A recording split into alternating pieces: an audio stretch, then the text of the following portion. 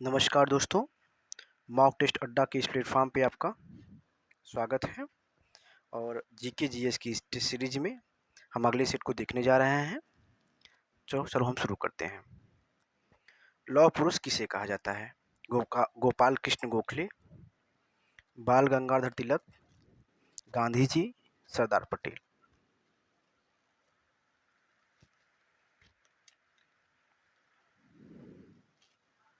तो किसे कहा जाता है लौह पुरुष? सरदार पटेल। बहुत ही आसान प्रश्न है ये। और महात्मा गांधी जी को क्या कहा जाता था? राष्ट्रपिता। क्या कहा जाता है? राष्ट्रपिता। यहाँ पूछ लिया जाए कि भारत के राष्ट्रपिता कौन थे, तो महात्मा गांधी जी। बहुत ही आसान सा प्रश्न है, नॉर्मल सा प्रश्न है ये। ठीक है। नमक सत्याग्रह के समय गांधी जी की गिरफ्तारी होने पर किसने आंदोलन में उनका स्थान लिया था? जवाहरलाल नेहरू ने, वल्लभ भाई पटेल ने, अब्दुल कलाम आज़ाद ने, या अब्बास तैयब जी ने? प्रयास करें आप।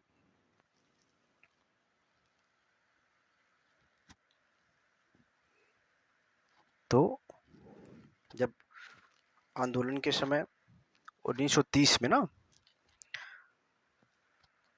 1930 में जब ये नमक आंदोलन चला था, सत्याग्रह, तो गांधी जी को गिरफ्तार कर लिया गया। गांधी जी को गिरफ्तार कर लेने के बाद अब्बास तैयब जी ने उनका स्थान लिया था, उनके स्थान पे नेतृत्व किया था। ठीक है। जो ये नमक सत्याग्रह कब हुआ था? 5 मार्च 1930 से स्टार्ट हुआ था। अगला प्रश्न है,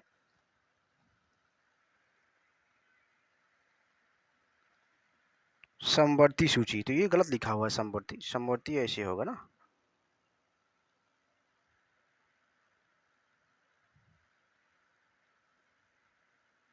समवर्ती। समवर्ती सूची किसके संविधान से ली गई है? मतलब कहाँ से लिया गया है? यूएसए के संविधान से, यूके मतलब यूनाइटेड किंगडम के संविधान से, ऑस्ट्रेलिया के संविधान से, या इनमें से किसी के नहीं? तो प्रयास करें आप, कहाँ से ली गई है?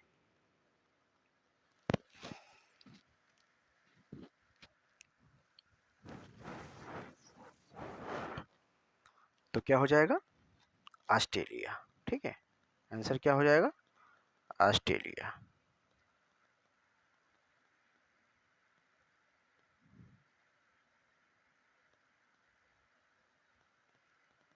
आगे देखते हैं ना। भूपेन हजारिका सेतु किस राज्य में है बनाया गया है? ठीक है। क्या किया गया है? भूपेन हजारिका सेतु किस राज्य में बनाया गया है? ठीक है, किस राज्य में है? गुजरात, कर्नाटका, गोवा, या असम? प्रयास करें।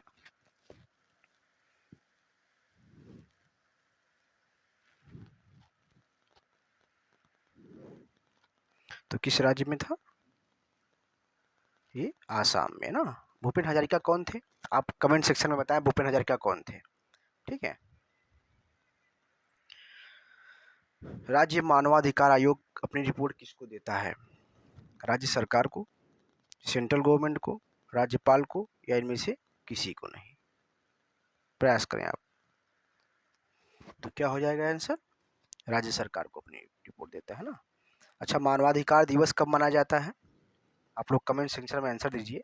मानवाधिकार दिवस। क्या? मानवाधिकार दिवस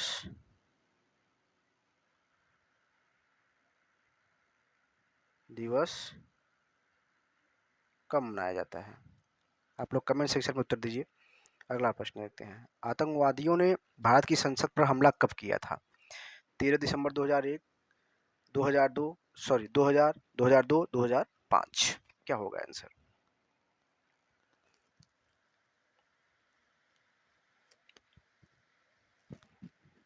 तो क्या हो जाएगा आंसर? 13 दिसंबर 2001।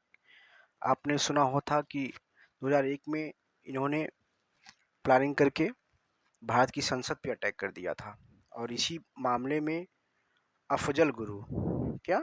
अफजल गुरु, आपने नाम सुना होगा। अफजल गुरु जो है कश्मीर का था। कहाँ का था अफजल गुरु? कश्मीर का था। इसको फांसी दी गई थी क्योंकि ये इसमें शामिल था, अटैक करने में ये शामिल था, इसने पूरी प्लानिंग में ये शामिल था, और इसको फांसी दी गई थी बाद में। सौरमंडल के बाहर सिरियस नामक तारे को क्या कहा जाता है? ठीक है,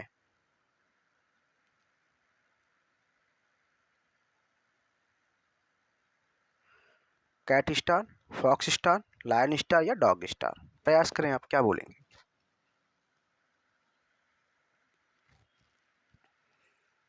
तो क्या बोलेंगे? डॉग स्टार आंसर हो जाएगा ना। क्या होगा आंसर? Dog star.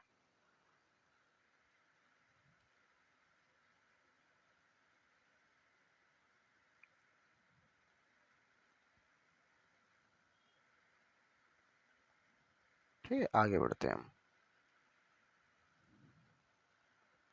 एशिया का सबसे बड़ा मरुस्थल क्या नाम है? थार, गोबी, टकलामकान या काराकोरम? तो बताएं, आप प्रयास करें।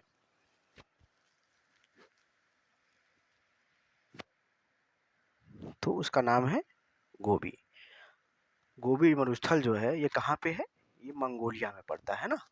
और एशिया का सबसे बड़े मरुस्थल उसको कहा जाता है। अगर हम कहें कि पूरे विश्व में कहाँ पे, पूरे विश्व में वर्ल्ड लेवल पे, कहाँ पे? वर्ल्ड लेवल पे, वर्ल्ड लेवल पे सबसे बड़ा मरुस्थल कौन सा है? ये सहारा है। कौन सा? सहारा। सहारा ये कहाँ पे है? ये अफ्रीका में है। कहाँ पे है? अफ्रीका कॉन्टिनेंट में है। कई देशों में फैला हुआ है ये, अफ्रीका में। ठीक है।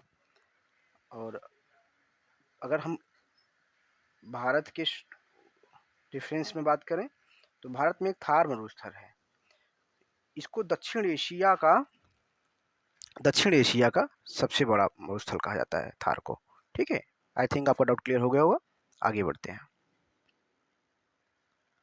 भारतीय जनसांख्यिकी में किस वर्ष को महाविभाजन का वर्ष कहा जाता है? 1921, 1932, 1962 या 1972? प्रयास करें आप। तो क्या हो जाएगा आंसर? 1921 के वर्ष को कहा जाता है ना। ठीक है, आगे बढ़ते हैं। आखिरी प्रश्न आज का हमारा, प्रदूषण युक्त वायुमंडल को किसके द्वारा स्वच्छ किया जाता है?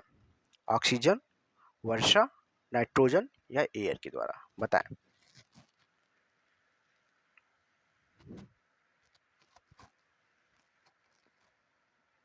तो आंसर हो जाएगा, क्या हो जाएगा? वर्षा। जब वर्षा होती है तो बहुत सारे जो कण, जो गैस, बहुत सारे जो कि पर्यावरण को प्रदूषित करते हैं, वो वर्षा के द्वारा जमीन में आ जाते हैं, वायुमंडल से वो जमीन में आ जाते हैं, जिससे कि वायुमंडल स्वच्छ हो जाता है। ठीक है, तो आज के लिए हम इतना रखते हैं। मिलेंगे फिर अगले सेट में। अगर आपको हमारा वीडियो पसंद आया हो तो लाइक करें, कमेंट करें और सब्सक्राइब करें। कोई भी सजेशन हो तो कमेंट करें। धन्यवाद।